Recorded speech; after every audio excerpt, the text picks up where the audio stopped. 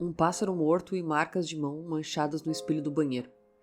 Para uma mulher de 25 anos que mora sozinha, esses eram maus presságios. Parecia que a casa era mal assombrada. Ela disse à família que estava com medo de morar sozinha e que alguém ou algo estava observando ela. Oi gente, bem-vindos ao canal, eu sou Roberta Hoff. Lembrando que eu simplesmente repasso informações que estão na internet à disposição de todos. Já deixa um like pra mim, que ajuda muito com o vídeo e não custa nada. Se inscreve e aciona o sininho, tem vídeo terça e quinta às 18 horas e considerem se tornarem membros se quiserem e puderem. Outro jeito de me ajudar é através dos links que estão aqui embaixo no Saiba Mais. Tem link da Amazon e da Magalu. Se vocês forem comprar algo nessas lojas utilizando esses links, vocês não pagam nada mais por isso e eu recebo um pouquinho e isso também ajuda o canal de alguma forma, beleza? E bora pro caso de hoje. O caso Stephanie Parse.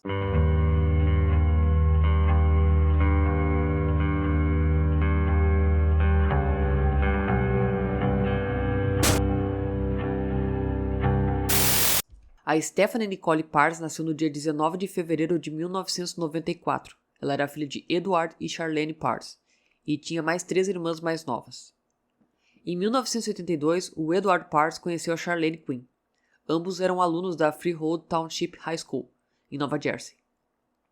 Essa escola ficava na parte central da Nova Jersey. Freehold era uma cidade com uma população de 25 mil habitantes mais ou menos.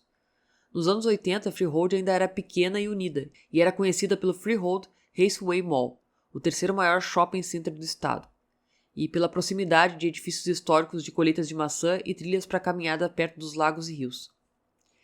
O Ed Parse estava fazendo uma aula de arte no ensino médio e ele notou uma garota muito bonita que já tinha visto antes.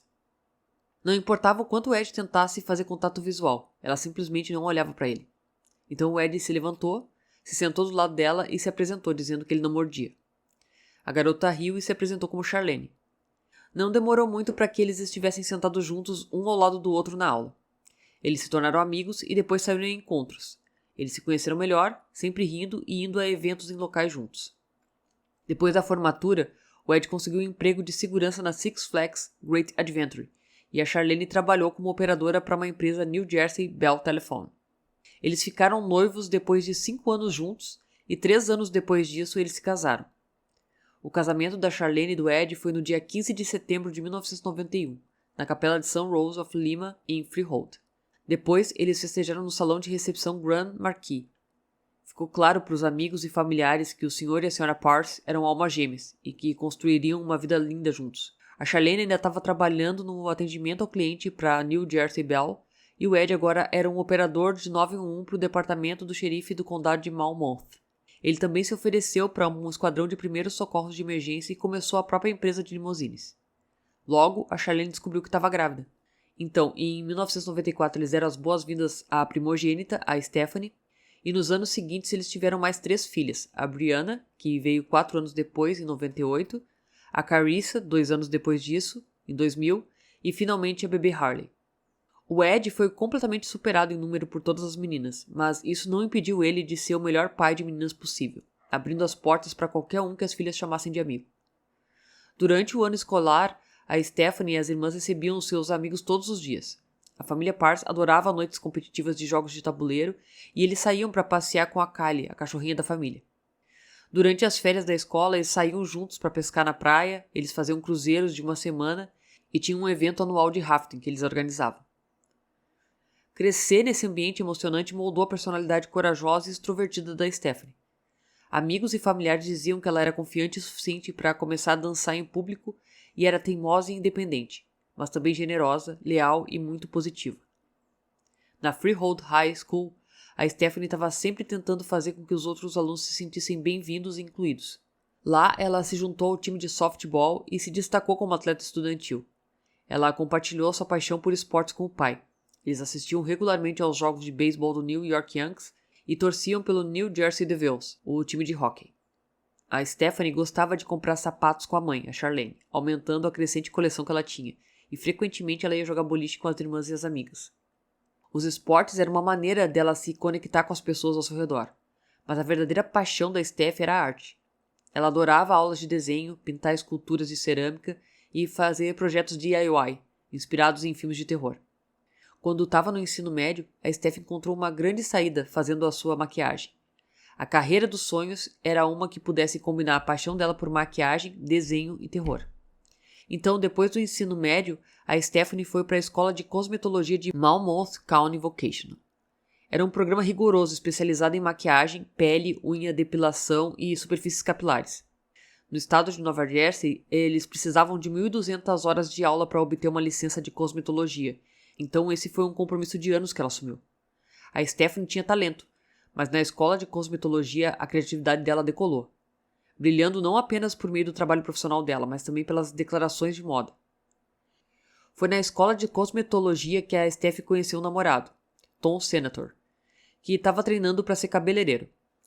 O Tom era exatamente o tipo dela. Ele tinha olhos azuis claros, cabelo escuro, tatuagem e piercing na língua. Então ele era tipo uma vibe de bad boy, ao mesmo tempo que era muito doce. Eles começaram a namorar em outubro de 2013, indo a shows e festivais, saindo na praia, tomando drinks, saindo pela cidade e torcendo pelos times de hóquei do Jersey Devils. O Tom e a Steph compartilhavam uma paixão por cosmetologia, fitness, aventura em família e vida noturna. E eles tinham um relacionamento sério, apoiando um ao outro nas carreiras. A Steph, então, conseguiu um emprego num salão de unhas. Dava para dizer que ela estava refinando as técnicas dela e ela tinha muita imaginação.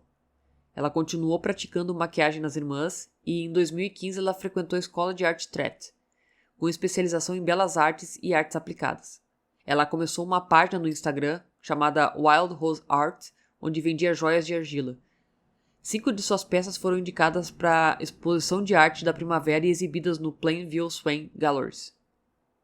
Ao mesmo tempo, a Stephanie estava fazendo curso de atualização em cosmetologia na RFMA, a Robert Fiennes Makeup Academy, especializada em maquiagem artística e eventos especiais. Em 2016, a Stephanie estava conseguindo vários shows de atração.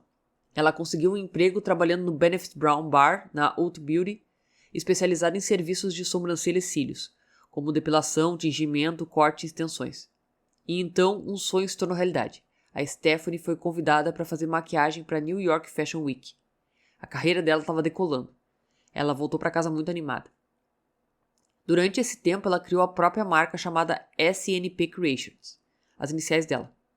Ela fez isso para que pudesse continuar a experimentar maquiagens de efeitos especiais e anunciar os serviços dela. A presença dela no Facebook e no Instagram aumentou constantemente, conforme ela expandia os negócios. E o objetivo da Steph era um dia ser a própria chefe, fazendo o que ela amava. O Tom e a Stephanie ainda estavam juntos em 2016. A Steph postou uma foto dela e do namorado com ela, dizendo: "Eu não sei por onde começar. Esse homem me ajudou tanto e sempre me apoiou tanto. Eu não poderia ser mais grata e sortuda por ter um homem tão incrível fazendo parte da minha vida. Ele não é apenas meu namorado, mas meu melhor amigo. Passamos por muita coisa no ano passado, moramos juntos e ajudando um ao outro a atingir nossos objetivos. E há muito mais por vir. Mas honestamente posso dizer que sem ele eu não sei o que faria ou por onde começaria. Você é meu tudo e me torna uma pessoa mais forte e melhor. Eu só quero dizer que sou muito grata por tudo que você fez por mim. Os tempos podem ser difíceis agora, mas juntos podemos superar qualquer coisa. Eu te amo, Tom Senator. Até o infinito e além, querido." E então ela colocou um hashtag relacionamento mais forte do que nunca. Apesar de algumas dificuldades morando juntos, o Tom e a Stephanie comemoraram o seu aniversário de 3 anos em outubro de 2016, passando as férias em Niagara Falls, e a Steph postou fotos deles juntos no Facebook, posando perto da cachoeira, assistindo a um show de fogos de artifício, jantando bem e terminando a noite no caça-níqueis do cassino. Mas depois do Dia dos Namorados de 2017, ou seja, em fevereiro, que para eles é lá, o Tom e a Stephanie terminaram. A Stephanie tinha imaginado passar o resto da vida com ele e estava arrasada, porque ela estava morando com o Tom. Agora ela tinha que se mudar para a casa da avó dela, que estava lutando contra uma doença terminal na época. A Steph era a cuidadora principal da avó, então ela se dedicou à avó e à escola. Mas ela também tinha outro projeto no horizonte.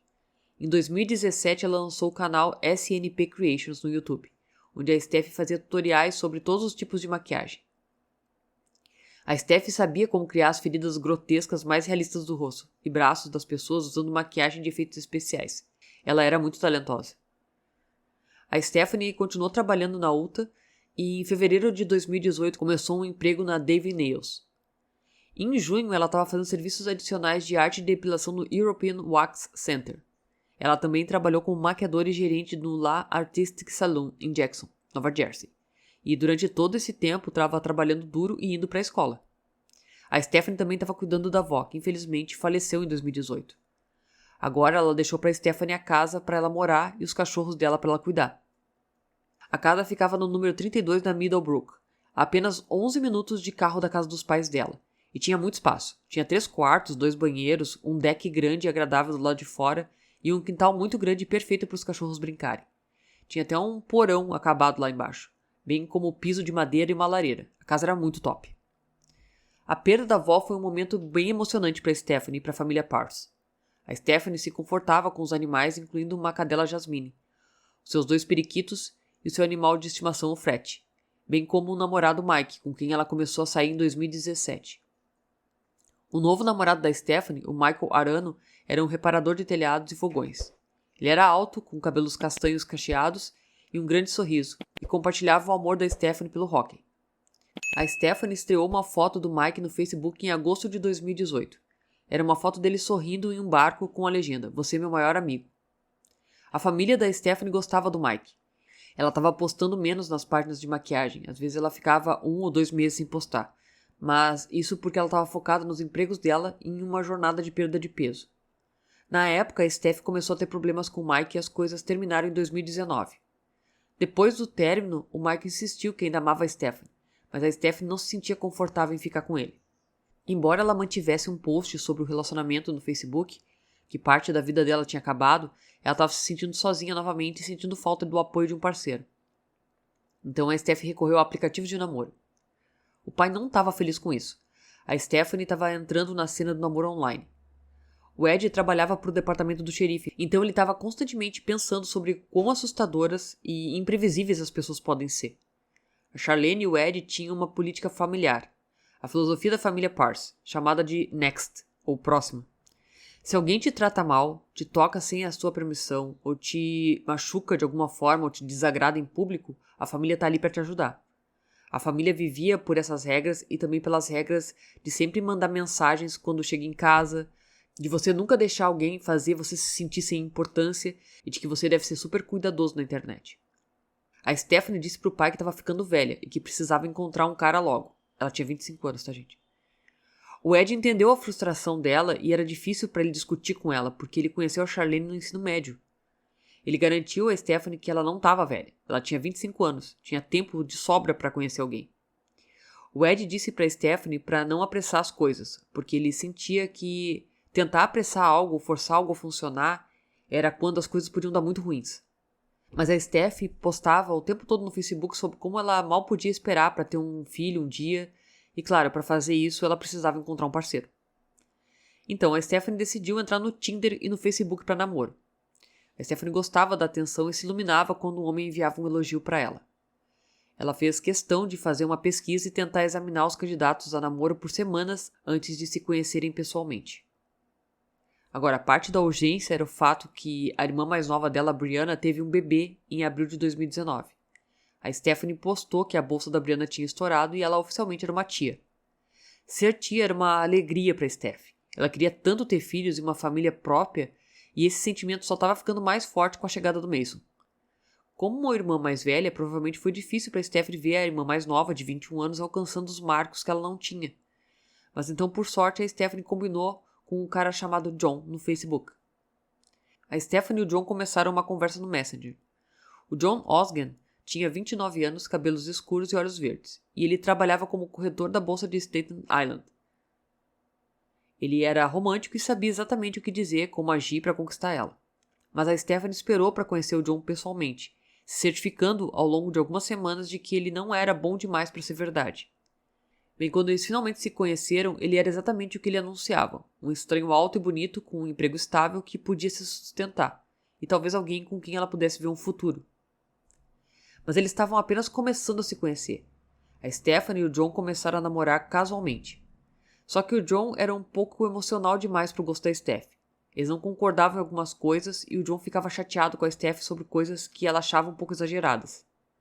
Depois de várias explosões dele, a Stephanie decidiu que seria melhor se distanciar dele e pulou de volta pro Tinder. Ela não ficou desanimada, ela se recompôs e seguiu em frente. Só que em agosto de 2019, a Stephanie acordou no meio da noite e não conseguia respirar. Ela ligou para a mãe frenética e a mãe levou ela para o hospital Jersey Shore Medical, onde ela foi diagnosticada com uma infecção e pneumonia grave em ambos os pulmões. Para jovens adultos não é tão comum que a pneumonia seja fatal, mas a Stephanie quase perdeu a vida. Ela ficou no hospital por dias. O Ed, a Charlene, a Brianna, a Carissa e a Haley ficaram apavoradas e a Stephanie saiu dessa experiência traumatizada.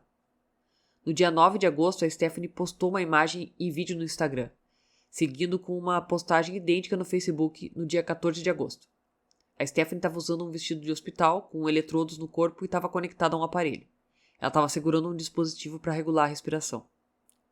A Stephanie descobriu que ela teve a infecção e a pneumonia por usar vape. Então ela fez todo um pronunciamento sobre como isso afetou ela e mais alguns amigos em pouco tempo. Todos eles foram internados às pressas, sem conseguir respirar por usar o aparelho. Ela disse que tinha descoberto danos pulmonares em potencial e um possível câncer no futuro, e ela não queria que ninguém passasse por isso. O uso do vape pode ser equivalente a fumar de 1 a vários maços de cigarro. Não é de um cigarro a vários cigarros, é de um maço a vários maços de cigarro, dependendo do dispositivo e do tempo de uso.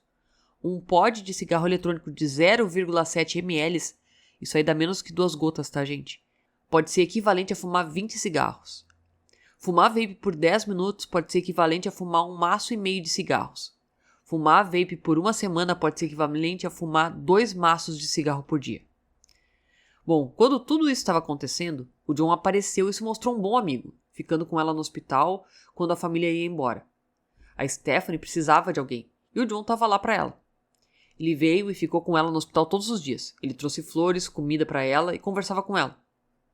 A Stephanie percebeu que se importava com ele e o John provou ser um parceiro estável, solidário e que deu para ela a atenção que ela precisava e merecia. Enquanto a Stephanie se recuperava, ela e o John fizeram uma viagem para Atlantic City, no final de semana do dia 17 de agosto. Eles ficaram no Resorts Casino Hotel. Foi nessa época que eles estavam no quarto do hotel quando o John pediu para Stephanie para ir até a cozinha e pegar uma cerveja para ele. Quando ela foi, ela abriu a geladeira e na caixa de cerveja encontrou um bilhete escrito à mão, que dizia: "Você quer ser minha namorada agora?" A Stephanie queria uma prova do comprometimento do John.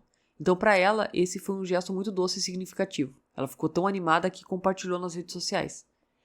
A Stephanie e o John oficializaram no Facebook no dia 19 de agosto, mas depois disso, a Stephanie não estava postando novas fotos e vídeos tanto quanto antes. Era assim que muitos relacionamentos novos eram. O John estava tomando uma grande parte do tempo da vida dela. E o Ed e a Charlene não eram os maiores fãs dele.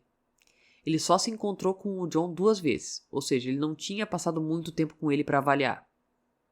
Mas na primeira vez ele percebeu que o John tinha um aperto de mão fraco. E na segunda vez a família foi fazer rafting. O Ed tinha caído na água e o John não ajudou ele a sair.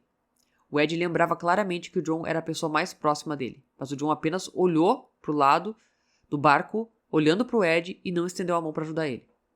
O Ed então foi ajudado a voltar para o barco por outra pessoa, e ele não conseguia se livrar dessa sensação de que o John não gostava dele. Era como se o John estivesse quase sabotando as férias e o relacionamento da Stephanie com a família. O Ed e a Charlene eram pessoas honestas, então eles disseram à filha que realmente não gostavam do John. A Stephanie garantiu para o pai que o John era só tímido. Ele precisava de tempo. Ela valorizava a opinião da família, mas para ela o relacionamento com o John era um conto de fadas. Até mesmo contando para as irmãs, ela disse que nunca tinha se apaixonado tanto antes e nunca teve um cara tão perfeito. As coisas estavam indo muito bem. Não só a presença nas redes sociais estava crescendo, mas agora a vida pessoal também estava florescendo. As habilidades de maquiagem dela estavam em alta demanda. Ela estava sendo notada online por assinantes e seguidores, especialmente os visuais de maquiagem de terror. Ela até pensou que nesse ponto poderia fazer uma carreira fazendo vídeos no YouTube. E por mais ocupada que a Stephanie tivesse, ela teve que colocar as prioridades em ordem. Com o tempo, o relacionamento com o John mais uma vez lentamente piorou. E um mês depois, a Stephanie terminou com ele e mudou o status do Facebook para solteira no final de setembro. Depois disso, a Stephanie decidiu voltar a cuidar de si mesma. Ela conseguiu um emprego como babá para uma família próxima. Ela dedicou mais tempo para a própria família e o seu novo sobrinho. Mas em outubro era o mês do Halloween e as coisas assustadoras começaram a acontecer. Aconteceu tanto com a Stephanie que ela se sentiu insegura na própria casa. Ela ligou para a mãe e disse que a casa da avó era mal assombrada. Ela tinha certeza de que a casa estava possuída por um espírito maligno. Bom, a razão pela qual a Stephanie se sentiu assim foi porque quando ela voltou do trabalho uma noite, ela encontrou várias marcas de mão no espelho do banheiro. Elas estavam manchadas em um padrão estranho. Os dedos se arrastavam pelo vidro, longos e finos como dedos do Slenderman. Ela estava assustada. Viver lá sozinha deixava ela muito desconfortável. Alguns dias depois, ela voltou para casa e encontrou um dos periquitos dela no chão da gaiola. O pássaro estava morto, mas ele não tinha demonstrado nenhum sinal de problema de saúde antes de morrer. Perguntas passaram pela mente da Steph. Era um fantasma? Era apenas uma casa velha com problemas de monóxido de carbono? Ou a casa era mal assombrada? Ou alguém estava entrando furtivamente e mexendo nos pertences da Stephanie, incluindo o animal de estimação dela? Ela ligou para a irmã, para Brianna, e pediu emprestado um monitor de bebê para que, no mínimo, ela pudesse apontar ele para a porta da frente, especialmente à noite, para ver se alguém estava entrando. Isso faria ela se sentir um pouco mais segura, mas ela nem chegou a instalar esse monitor. Mas a Brianna meio que se perguntou se havia algo mais acontecendo do que as coisas que a Stephanie estava compartilhando com ela. Ela passou por vários rompimentos nos últimos anos, e alguns naquele ano. Então fazia sentido que talvez ela tivesse uma suspeita de que alguém tivesse observando ela ou mexendo com ela. Mas a Stephanie estava com tanto medo que contou à família que a vida dela poderia estar em perigo, o que era bastante perturbador. Ela estava realmente muito apavorada.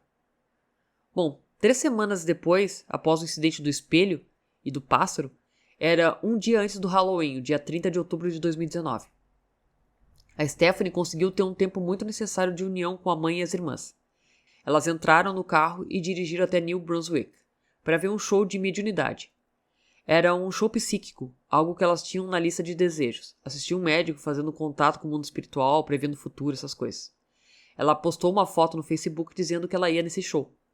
Foi um evento perfeito para o Halloween e elas se divertiram muito. Mais tarde, a Stephanie ficou tão animada que postou novamente no Facebook, contando a todos que a irmã foi escolhida pelo médium. No show, o médium chamou a Carissa na plateia, dizendo que ela teria sucesso no seu futuro, mas também passaria por um desgosto muito desafiador. A Carissa estava indo bem na escola e o namorado era um cara que levava ela a sério, então ela meio que não tinha ideia do que o médium estava falando. Isso poderia se aplicar a qualquer coisa na vida dela. Mas, para Carissa, essa foi uma previsão que mais tarde assombraria ela pelo resto da vida, porque naquela noite foi a última vez que ela veria a irmã Stephanie viva. Depois do show do médium, as meninas voltaram para a casa dos pais e passaram um tempinho juntas. Então a Stephanie deu um beijo de despedida na mãe e prometeu mandar uma mensagem quando chegasse em casa. Não era uma viagem longa de carro, eram só uns 10 quilômetros, então em 10 minutos ela estava em casa. Enquanto ela dirigia, a Steph usou o Snapchat, o que ela fazia com frequência, para tirar uma foto para a mãe, a Charlene, uma imagem do restaurante favorito da família. A Charlene respondeu, mas a Stephanie nunca respondeu a mensagem, nem mesmo quando a Charlene e o Ed enviaram várias mensagens para confirmar se ela tinha chegado em casa bem. A Charlene e o Ed estavam confiantes de que a Stephanie poderia ter colocado o telefone no silencioso durante o programa do médium e tinha esquecido de ligar o toque novamente. Provavelmente foi para a cama esquecendo de responder a mensagem. Mas na manhã seguinte, no Halloween, a Charlene verificou o Snapchat novamente e todos os snaps que ela enviou para a Steph na noite anterior estavam fechados, o que não era típico dela.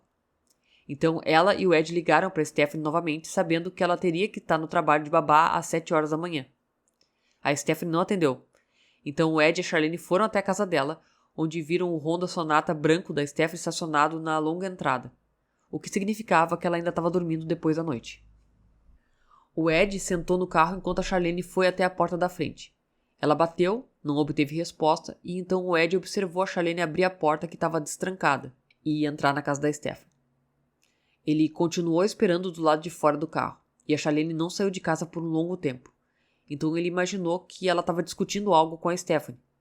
Mas quando a Charlene saiu, ela estava balançando a cabeça, e ele viu o olhar no rosto dela, que era um olhar de preocupação. Primeiro de tudo, o fato de que a porta da frente da Stephanie estava destrancada era incomum, especialmente pelo fato de que ela estava se sentindo assustada ultimamente. Mas então, a Charlene encontrou todas as luzes acesas na casa inteira. A luz no sótão estava acesa, os 2 banheiros, a luz da garagem e até a luz do porão. Quase como se a Steph tivesse acendido todas as luzes, olhando em cada cômodo para ter certeza que alguém não ia pular nela no escuro. A casa estava em silêncio, exceto pelo som do cachorro da Stephanie, a Jasmine, que estava latindo. Quando a mãe seguiu o som, ela percebeu que a Jasmine tinha ficado trancada dentro do banheiro, o que não era normal. A Charlene deixou a Jasmine sair e então verificou o quarto da Stephanie, mas a Stephanie não estava em casa. No entanto, o casaco e os sapatos que ela usou no show de mediunidade estavam ao lado do sofá na sala, o que significava que a Stephanie tinha chegado em casa. Talvez ela tenha ido direto para a cama e então saiu correndo pela porta na manhã seguinte. Mas por que o carro dela ainda estava lá? Ela pegou uma carona com o chefe para o trabalho de babá? Por que ela faria uma coisa dessas em vez de apenas pegar o próprio carro? Era tudo muito confuso e muito perturbador para os pais dela. A Charlene e o Ed voltaram para casa e pediram às irmãs e aos amigos da Stephanie que entrassem em contato com ela também. A Stephanie não respondeu ninguém, e ela sempre tinha o telefone com ela. Depois de algumas horas, a Charlene voltou para a casa da Stephanie com a Carissa para encontrar pistas sobre onde ela poderia ter ido. Elas estavam verificando todos os lugares da casa. Então elas vasculharam as gavetas da Stephanie e então verificaram a mesa de cabeceira ao lado da cama e dentro elas encontraram uma grande faca de cozinha, o tipo que se usa para cortar vegetais. Isso provou que a Stephanie estava assustada o suficiente pelo que estava acontecendo naquela casa que ela se sentiu mais segura dormindo com uma faca a alguns metros da cabeça dela. Nesse ponto, a Charlene decidiu usar um dispositivo localizador do tipo Encontre meu iPhone para pingar o telefone da Stephanie. Para surpresa dela, o telefone tocou. Elas seguiram o som e perceberam que estava entre as almofadas do sofá, e isso era assustador. A Carissa e a Charlene sabiam que a Steph nunca sairia de casa sem o telefone. Elas não conseguiam abrir o telefone porque ele estava protegido por senha. A Carissa tentou adivinhar a senha sem sorte, mas elas puderam ver as notificações na tela de bloqueio. A Stephanie recebeu muitas mensagens de texto, incluindo da mulher para quem ela trabalhava às 7 horas da manhã, perguntando onde ela estava. Aparentemente, a Stephanie não tinha aparecido para o trabalho de babá. Foi nesse momento que a Carissa se lembrou da previsão da médium e percebeu que a ausência da Stephanie era o coração partido. Isso fez a Carissa se sentir ainda pior, quase responsável pelo desaparecimento da Steph, como se fosse um destino. Em seguida, as duas se encontraram com Ed, e quando disseram que encontraram o telefone dela, ele teve um pressentimento muito ruim de que algo terrível deveria ter acontecido. A Brianna tentou se manter positiva. Disse à família que tudo ficaria bem. Ela provavelmente estava apenas com uma amiga e talvez ela ainda não tivesse ligado para aquela amiga específica. Então ligaram para todos os locais de trabalho da Stephanie e até entraram em contato com amigos adicionais e pessoas que conheciam ela, mas ninguém tinha visto ela ou ouvido falar dela. A família então vasculhou o bairro dela esperando que alguém a tivesse visto chegar em casa, mas ninguém tinha visto e não tinha nenhuma filmagem da campainha de nenhum dos vizinhos que pudesse ajudar eles. O Ed ia chamar a polícia, mas sabia que a filha era adulta e existe uma crença de que se precisa esperar 24 horas para denunciar o desaparecimento de alguém se for adulto. Mas o tempo era essencial, então é importante informar a polícia assim que se percebe que alguém está desaparecido.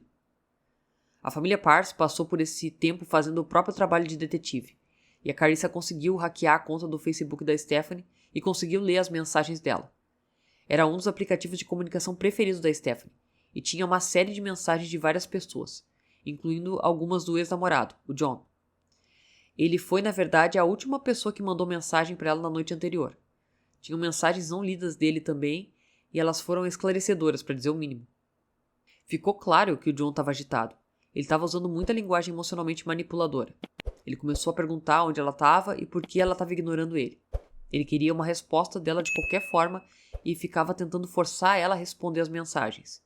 Ele estava culpando a Stephanie por tornar o relacionamento ruim. As mensagens só pioravam conforme a noite avançava. A Stephanie estava com a mãe e com as irmãs. Óbvio que ela não ia conseguir dar atenção para o John. A Brianna leu tudo e, sabendo que a Stephanie tinha terminado com o John em setembro, todas as bandeiras vermelhas começaram a aparecer. Ela decidiu enviar uma mensagem inocente para o John da conta pessoal dela. Ela perguntou para o John se ele sabia onde a irmã estava. E o John respondeu dentro de uma hora, dizendo que não sabia. Mas então ele disse que tinha ido para a casa da Stephanie na véspera do Halloween, na noite anterior, e passou a noite com ela. Então eles acordaram na manhã seguinte, às 7 horas da manhã, no Halloween, e quando ele saiu pela porta da frente, ele disse que a Stephanie estava atrasada para o trabalho, mas não tinha notícias dela desde então. Então parecia que ele tinha sido a última pessoa a ver ela. A Brianna não acreditou nisso, principalmente depois que ela viu as mensagens do John para Stephanie. Eram mensagens furiosas chamando ela de nomes, e a última tinha sido tarde da noite. Não poderia ser uma coincidência que agora a Stephanie tinha desaparecido. Mas a Brianna não conhecia o John bem e realmente não queria tirar conclusões precipitadas. Ela queria deixar esse caso para os profissionais. Foi quando a Charlene decidiu ligar para o 911 na noite do Halloween, dizendo ao despachante que tinha visto a filha Stephanie pela última vez nas 22 horas do dia anterior. Mas ela nunca ligou ou mandou mensagens para dizer que chegou em casa em segurança. Então a Charlene acrescentou que, aparentemente, o suposto ex-namorado disse que a viu na noite anterior, e também viu ela se preparando para o trabalho na manhã seguinte, mas ele não teve notícias dela o dia todo. Nesse momento, ela registrou um boletim de ocorrência de desaparecimento, fornecendo detalhes sobre Stephanie e o ex-namorado dela, o John. Depois daquela ligação, a polícia fez a bola rolar. O detetive Daniel Valentine, da polícia de Freehold Township, estava encarregado desse caso na segunda-feira, 1º de novembro. Uma equipe de policiais investigou a casa da Stephanie e não encontrou sinais de força. Se o John estava dizendo a verdade, então a Stephanie deveria ter deixado ele entrar. Se o John tivesse saído da casa sem machucar a Stephanie, então poderia ter havido muitas explicações para o porquê da porta ainda estar intacta e destrancada. Alguém poderia ter entrado pela porta da frente destrancada quando o John saiu. Talvez eles estivessem observando a Stephanie, ou a Stephanie deixou outra pessoa entrar depois que o John saiu. Ou ela mesma deixou a porta destrancada. Essa era, na verdade, a opção menos provável, porque ela estava planejando ficar fora, especialmente por algum tempo. Ela não teria deixado o telefone no sofá de todos os lugares ou as chaves do carro dela, porque encontraram as chaves no carro dela. Isso é muito estranho. A Brianna entrou na conta do Facebook da Steph mais uma vez e dessa vez ela criou uma postagem dizendo que era a irmã da Steph e que estava postando da conta dela, perguntando se alguém tinha visto ela. A postagem acumulou mais de 600 comentários, de pessoas preocupadas com a Steph, especulando e rezando para que ela fosse encontrada logo. Vários pensaram que o desaparecimento da Steph estava alinhado com o Halloween, e que isso era muito assustador, e os detalhes não estavam batendo. A mídia rapidamente pegou a história. Uma menina desaparecida na noite do Halloween virou manchete. Um panfleto de pessoa desaparecida foi distribuído com informações da Stephanie. Ela tinha 1,40 m de altura, com cabelos castanhos e olhos castanhos, pesando cerca de 56 quilos. E ela tinha sido vista pela última vez vestindo um suéter bordô sobre uma blusa bordô com decote em V e um par de jeans. Até o ex-namorado da Stephanie, o Mike, postou sobre o desaparecimento dela, dizendo que ele não conseguia dormir, que amava ela de todo o coração e faria qualquer coisa para que ela voltasse para casa. A polícia teria que investigar todos os ex-namorados da Stephanie, mas primeiro eles estavam preocupados com John e a confissão de que ele estava com a Stephanie na noite do dia 30. Eles solicitaram mandados de busca para os iPhones 10 do John, o computador e a casa dos pais dele, a cerca de 13 quilômetros de carro de onde a Stephanie morava. O John foi bem cooperativo. Ele foi até a delegacia para uma entrevista e disse exatamente a mesma coisa que ele disse para Brianna. Que ele não sabia onde a Stephanie estava. A última vez que ele viu ela foi às 7 horas da manhã do Halloween. Mas foi quando a polícia notou que tinha alguns arranhões estranhos no pescoço do John. E eles não puderam evitar de perguntar se eles poderiam ter vindo de uma briga com a Stephanie.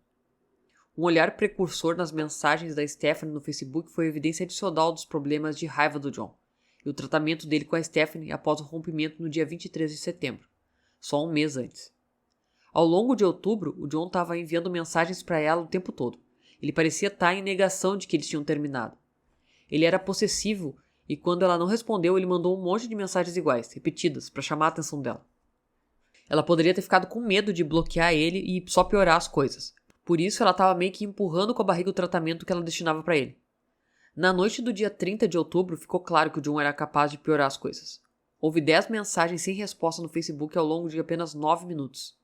A polícia de Freehold suspeitou quando a Stephanie respondeu, porque o telefone estava no silencioso e ela estava dirigindo para casa. O John decidiu ir até a casa dela e aparecer na porta da frente sem que ela soubesse. O problema foi que o Ed suspeitou do John desde o início, mas ele não tinha certeza se outra pessoa poderia ser responsável pelo desaparecimento da filha.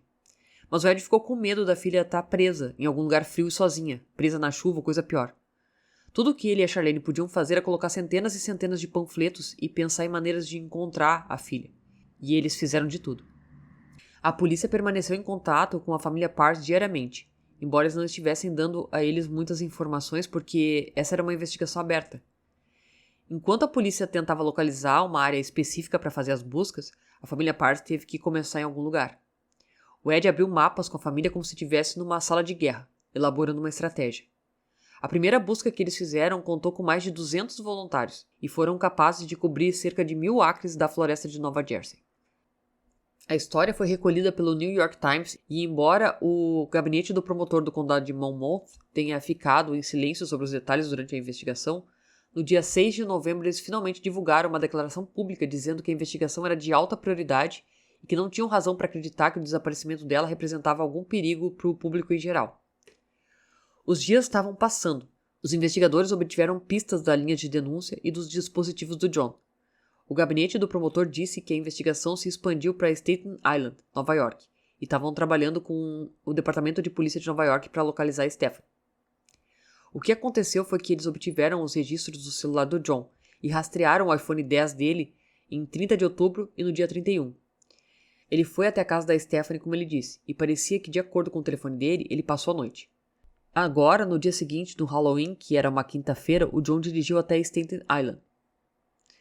O problema era que esse era, na verdade, o trajeto habitual para o trabalho, e nada disso era incomum, exceto onde ele acabou, no Long Pond Park, que ficava na área de Tottenville Salt, em Staten Island, uma reserva natural pantanosa a 30 milhas de distância da casa da Stephanie.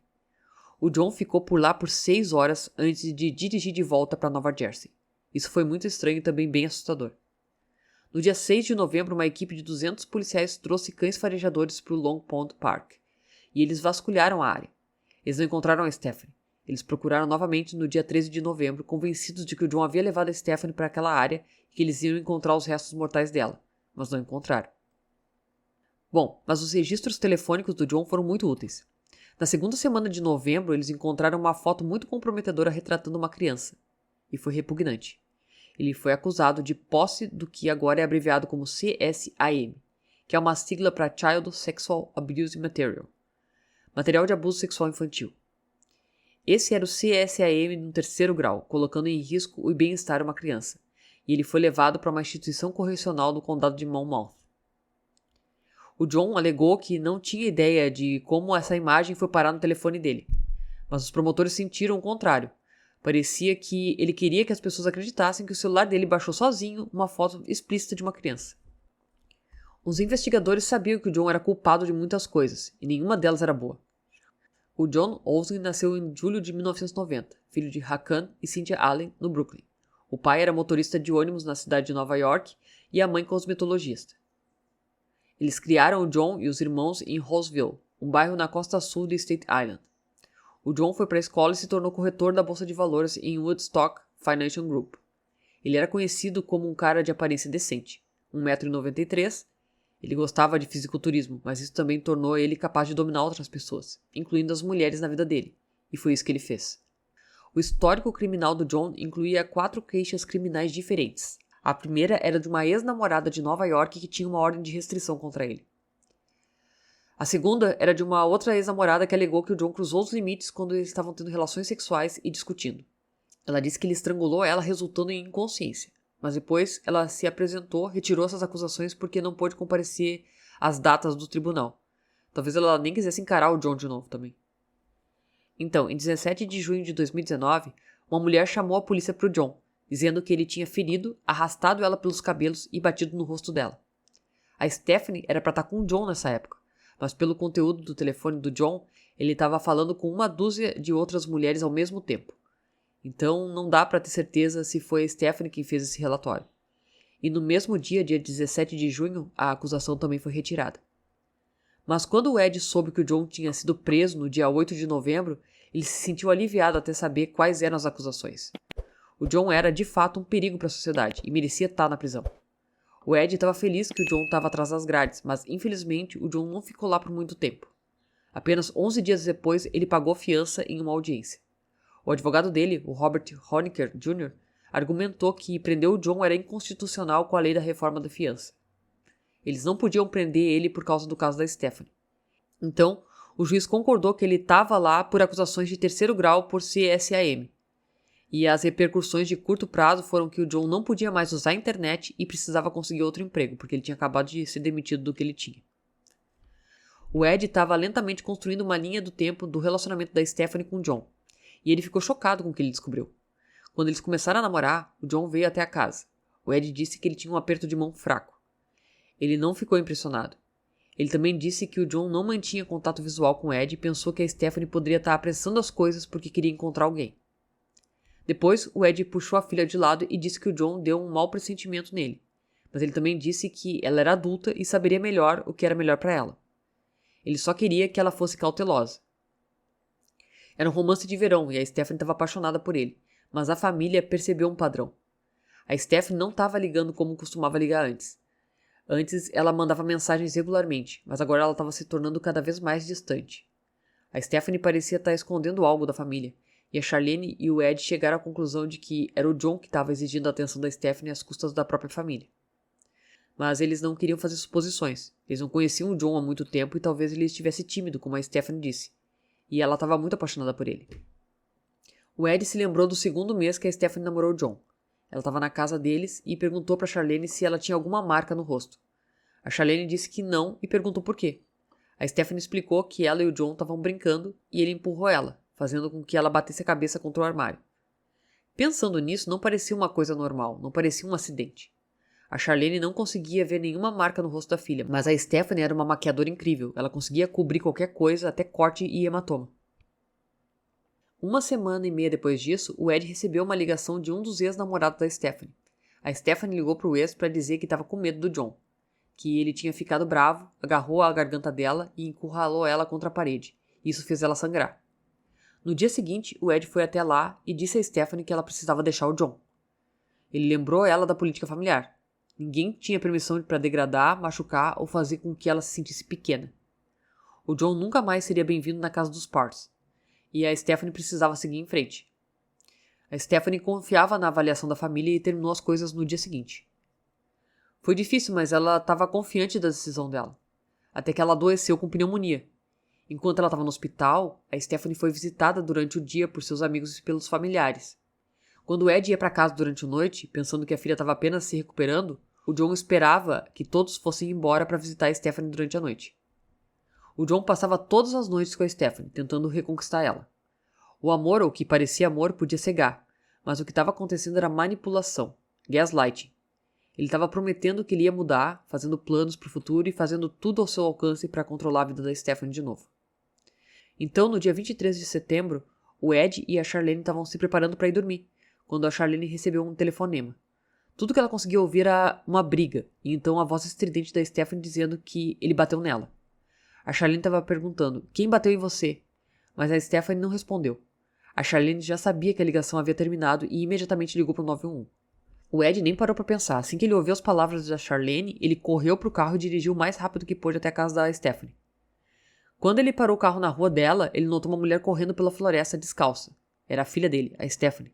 Ela estava descalça, com o pijama, e sangue estava saindo da mão dela e da cabeça. O Ed parou o carro e gritou para Stephanie entrar. Ela correu até ele. Ele perguntou quem tinha machucado ela. Ela disse que tinha sido John. O Ed se lembra de segurar a Stephanie com os braços estendidos. Ele estava tão bravo que tinha bloqueado a própria raiva, o que assustou ele. Ele foi até a casa para confrontar o John. Mas assim que o Ed entrou na garagem, um policial parou e segurou o Ed. O John foi preso na frente deles e o Ed foi convidado a levar a Stephanie para a delegacia para prestar uma queixa. A Stephanie ficou realmente abalada. A mãe tinha ligado com antecedência e mandado os policiais irem até lá. Foi por isso que eles intervieram. Ela registrou uma queixa naquela noite, afirmando que o John deu um tapa na cabeça dela, tirando sangue, e atingiu na mão, fazendo com que uma das suas unhas coladas rasgasse o polegar. Ela estava tão machucada que sabia que não poderia mais ficar com o John. Mas a Stephanie disse ao pai que não queria prestar queixa. Queria deixar isso no passado, apenas deixar para trás. E naturalmente o Ed não conseguia entender o raciocínio dela e insistiu que o John nunca poderia fazer parte da família, e que ele resolveria pessoalmente as questões com o John por conta própria se a Stephanie não fizesse sozinha. Então a Stephanie concordou em terminar as coisas mais uma vez. Em 5 de outubro, a Stephanie postou no Facebook uma citação. Recomeçar está tudo bem. Seguir em frente está tudo bem. Dizer não está tudo bem. Estar sozinho está tudo bem. O que não está tudo bem é ficar em um lugar onde você não está feliz, valorizado ou apreciado. Ela estava tomando algumas medidas para reconstruir a vida dela depois que a autoestima dela foi destruída por um monstro. O que ela não sabia é que ele estava falando regularmente com outras mulheres, tinha um histórico de maltratar outras mulheres e consumia CSAM. Ele não tinha apenas uma imagem no telefone dele, tinha 10 imagens de meninas e bebês com homens adultos. Muito nojento. A polícia nas próximas semanas executou 50 mandados de buscas em 10 lugares separados, com 5 deles sendo a casa do John em Staten Island. Eles encontraram alguns itens incriminadores, como facas, roupas manchadas e um tapete de carro fora do comum, e todos eles foram testados para o DNA, mas nada ligou a Stephanie. Então, no dia 22 de novembro, quase um mês depois do desaparecimento da Stephanie, o Ed recebeu um telefonema anônimo às 4h30 da manhã. Quando ele atendeu, a pessoa do outro lado da linha disse que ele estava morto, que ele se enforcou, e então desligaram. O Ed levou algum tempo para entender o contexto, mas quando ele entendeu, ele teve um colapso nervoso. Ele estava gritando, socando a parede, jogando coisa, porque agora ele sabia que nunca iria descobrir para onde a Stephanie tinha sido levada. Ele sabia que o interlocutor deveria estar se referindo ao John. Quem mais ele conhecia que estava sob fogo e gostaria de deixar esse mundo em dor, desespero e raiva?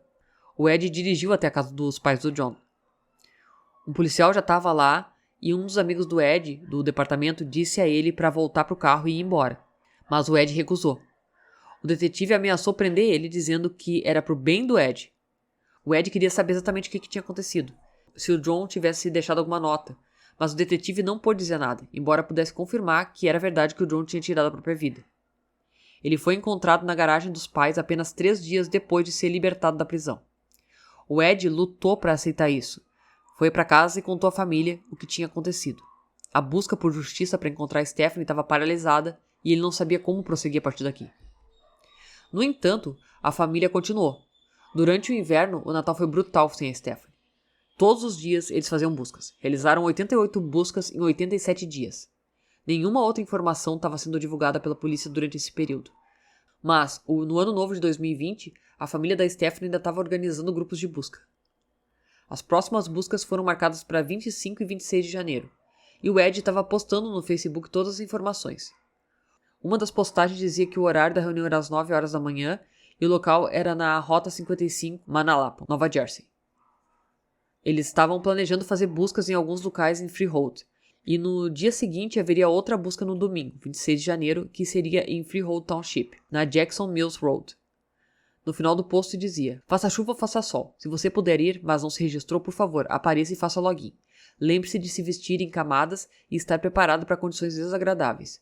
Faça chuva ou faça sol. Não podemos agradecer o suficiente, mas tentaremos fazer isso do fundo dos nossos corações. Obrigado.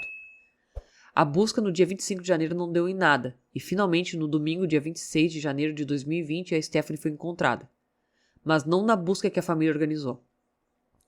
2 adolescentes de 17 e 18 anos de Nova Jersey estavam caminhando pela beira de uma rodovia a caminho do trabalho quando notaram o que pensaram ser um manequim.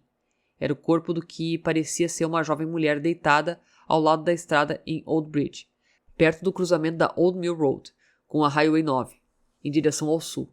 Ela estava localizada a cerca de 15 pés da estrada, embaixo de uma árvore com as mãos sobre a cabeça, então parecia que ela estava dormindo no mato. Vários departamentos de polícia responderam ao chamado da adolescente, e um amigo disse ao Ed para ligar a televisão, mas ele não conseguiu. Ele sabia que era ela.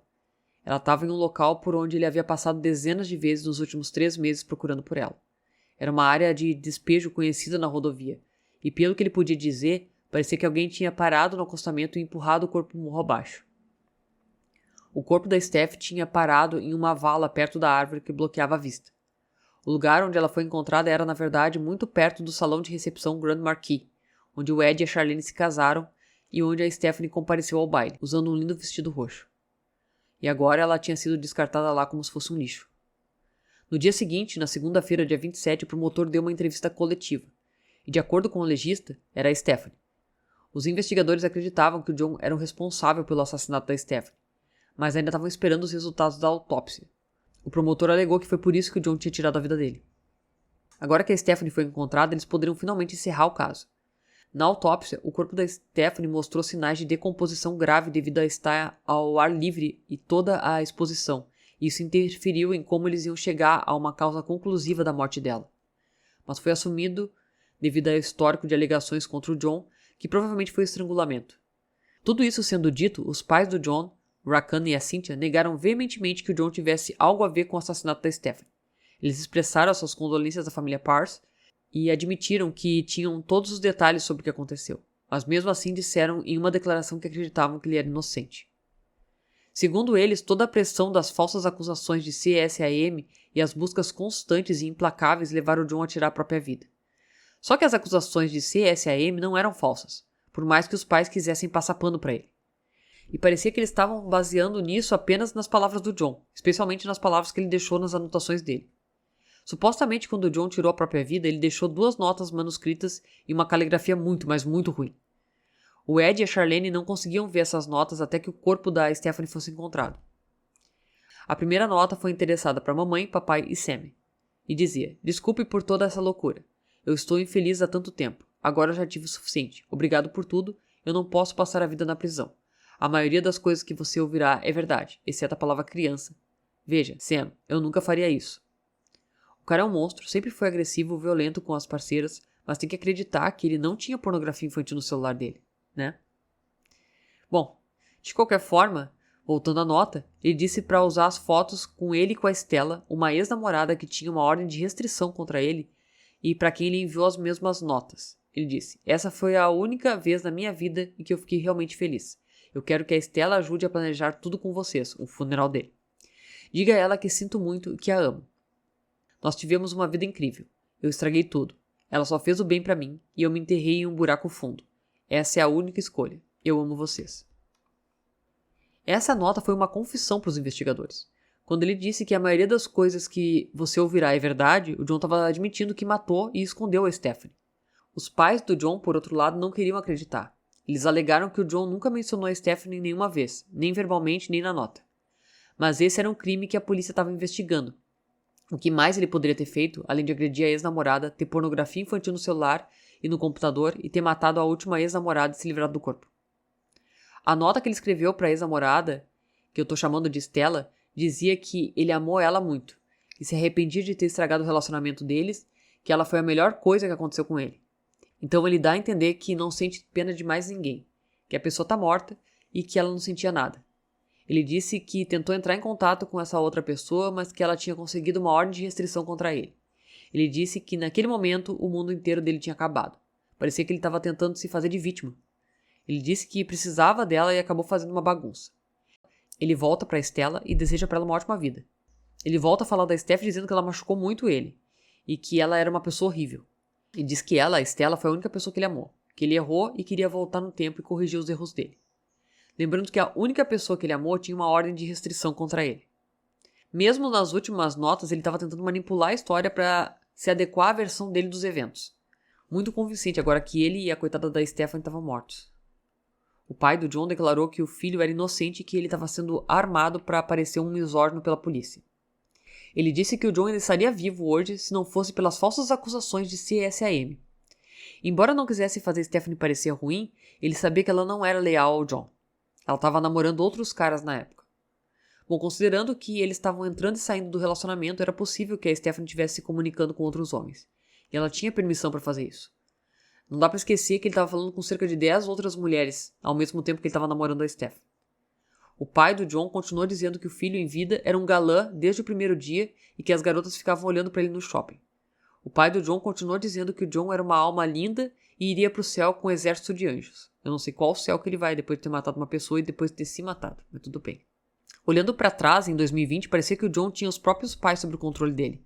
Porque enquanto a polícia vasculhava o telefone dele, eles encontraram uma mensagem de texto para a mãe e para o pai sugerindo o desaparecimento da Stephanie.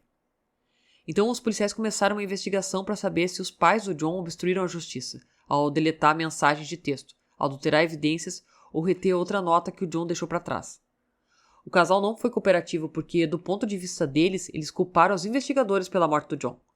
Mas talvez eles estivessem apenas encobrindo o filho. Enquanto isso, o velório e o funeral da Stephanie foram realizados na igreja Santa Rosa de Lima, nos dias 30 e 31 de janeiro. Ela foi enterrada em um caixão branco e dourado. O Ed escreveu uma homenagem no Facebook dizendo: "Oi, meu anjo, eu queria te dizer que estamos todos trabalhando muito para te deixar tudo lindo para você hoje. Suas irmãs, especialmente a Brianna, estão montando uma exibição maravilhosa para todos verem. Seus anjos continuam a vir nos ajudar e nos preparar para o que, sem dúvida, serão os dias mais difíceis das nossas vidas. Não consigo imaginar como vamos superar isso. Não consigo nem olhar para as fotos suas sem perder a força. É incrível, quando eu estou no meu pior momento, a mamãe está mais forte. E quando ela está no seu pior momento, parece que a minha força aparece. Continua sendo uma montanha-russa emocional. Mamãe comprou para você uma roupa linda e macia para vestir e também um cobertor para mantê-la aquecida. As meninas estão trazendo algumas fotos para você, junto com outras coisas que você gosta. Eu sei que você estará lá conosco, cuidando de nós hoje. Eu sei que você ficará muito feliz em ver todas as pessoas maravilhosas, especialmente seus anjos, vindo para vê-la.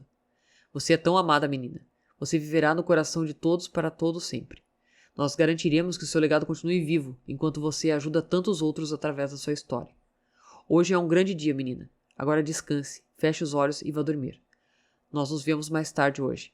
Boa noite, meu anjo. Nós te amamos mais que a vida. Em 19 de fevereiro, a família se reuniu novamente para comemorar o aniversário de 26 anos da Stephanie, com uma vigília à luz de velas que eles continuaram realizando todos os anos. Os investigadores finalmente chegaram a uma conclusão sobre o que acharam que aconteceu ao longo do relacionamento da Stephanie e do John. Depois que ela ficou com ele pela segunda vez, ele voltou aos velhos hábitos, tentando isolar ela das pessoas que ela amava. Quem sabe quantas vezes ele foi violento com os talentos artísticos da Stephanie. Ela conseguia esconder hematomas muito bem e muito facilmente. A Stephanie só queria uma família e um parceiro que amasse ela. Então, quando ele mostrou a ela que não amava ela através das ações, ela deixou o John. O John reagiu com uma necessidade de controlar e assustar a Stephanie para que ela voltasse para ele. Então ele mandava mensagens de texto para ela constantemente, aparecia onde ela estava e até visitava a casa dela. Ele era um stalker.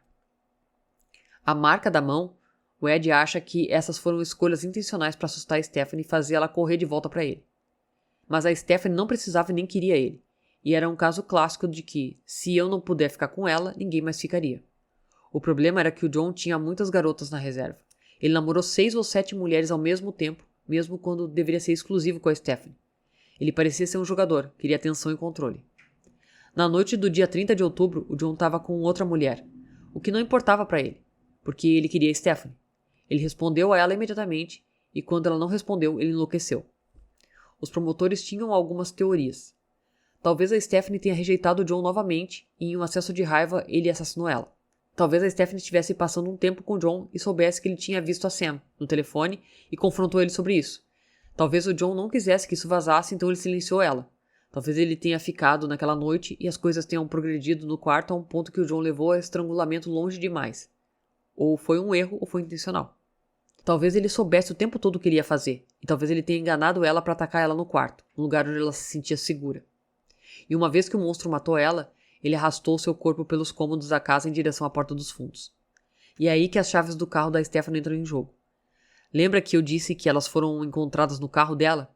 Bem, o Joe deve ter sabido que teria que mover o carro até a porta dos fundos para esconder o corpo da Stephanie na estrada.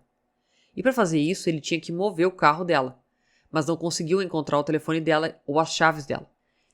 Então o John vasculhou todos os cômodos da casa, o sótão, o porão, o banheiro, procurando as coisas da Stephanie. Agora ele nunca conseguiu localizar o telefone dela, que era a última evidência que incriminaria ele, não importa o quanto ele procurasse. Mas ele encontrou as chaves, levando o John a mover o próprio carro para os fundos da casa. Ele colocou a Stephanie no porta-malas e moveu o carro da Stephanie de volta para onde ele foi encontrado. Tudo isso foi feito sob o manto da escuridão, então ele deixou as chaves no carro. Então John dirigiu o carro descendo a rodovia na direção de Staten Island, provavelmente indo para casa. No entanto, na metade do caminho, o carro deu meia volta e foi flagrado pela câmera dirigindo para o sul, de volta para Freehold. Em um ponto ele parou o carro no acostamento da estrada. Era uma área bem iluminada, sem muita cobertura de árvores. Mas não havia ninguém por perto quando John jogou o corpo da Stephanie no acostamento.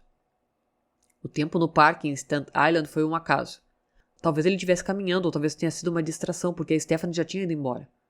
A família Parrs não conseguiu entender como John tinha acabado de escapar do sistema de justiça. O Ed, em particular, se sentiu responsável por não intervir e forçar o John a deixar a Stephanie em paz. Mas eu não sei se o Ed poderia ter feito alguma coisa. E eu não acho que a investigação poderia ter ido mais rápido por John permanecer na prisão. A família Parrs e a polícia estavam dando tudo durante todos aqueles 3 meses cruciantes. E apesar de tudo, os pais do John poderiam estar escondendo coisas e obstruindo a justiça. As acusações foram retiradas e o caso da Stephanie foi resolvido. Bom, o Ed culpou as redes sociais pela morte da Stephanie. Ele disse que se ela nunca tivesse entrado nesses aplicativos de namoro, ela nunca teria conhecido o John. Mas o Ed também disse que ele recorre às redes sociais para se conectar à família, para compartilhar fotos da Stephanie e compartilhar as mensagens. Então era uma bênção e uma maldição. Nos últimos 5 anos, a Charlene e o Ed fundaram a Fundação Stephanie Nicole Parrs para violência doméstica e apoio a pessoas desaparecidas, para aumentar a conscientização sobre o caso de pessoas desaparecidas não resolvidos, apoiar famílias que estão passando por tragédias e educar as pessoas sobre segurança e estatística. Eles têm programas incluindo o sistema Overwatch da Stephanie, que fornece câmeras de segurança e equipamentos para lares, cria bolsas de cuidado para pessoas que buscam abrigo contra abusos, aulas de autodefesa e equipes de apoio para trocas de custódia de filhos e comparecimento em tribunais. O Ed é particularmente apaixonado por treinar os pais sobre como responder quando os filhos se abrem sobre violência do parceiro íntimo. A organização também está pressionando pela legislação da lei da Stephanie, que tornaria obrigatório um registro de violência doméstica que pudesse ser acessado publicamente. Esse banco de dados existe no estado de Nova Jersey, mas agora só pode ser acessado por vendedores de armas e agentes da lei.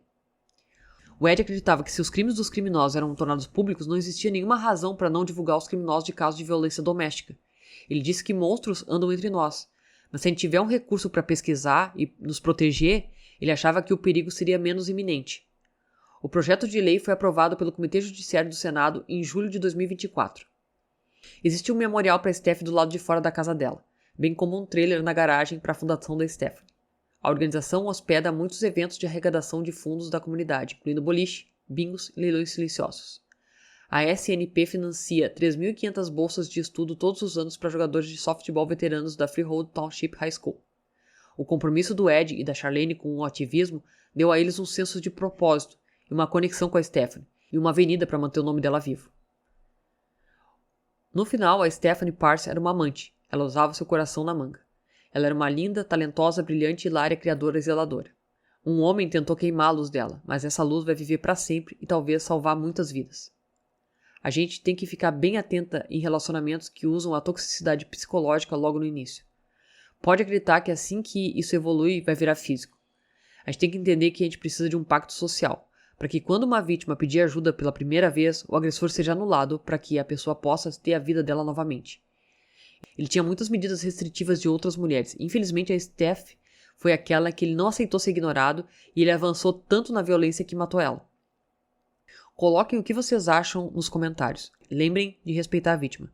Lembrem que não é fácil de abrir mão de um relacionamento abusivo. Um relacionamento abusivo não é ruim o tempo todo. O abusador volta e diz que vai melhorar, e a pessoa acredita. Então teve uma hora que essa vítima disse chega, mas então nesse momento o abusador disse que se ele não tiver ela, ninguém mais vai ter. Bom, gente, esse foi o caso de hoje. Obrigada por terem visto o vídeo até aqui. Caso não seja inscrito, se inscreve, aciona o sininho para receber as notificações de vídeos novos. Deixa um like no vídeo, não custa nada e ajuda muito. Compartilha se conhece alguém que gosta desse tipo de conteúdo. E lembre-se, se cuidem, fiquem bem e beijos.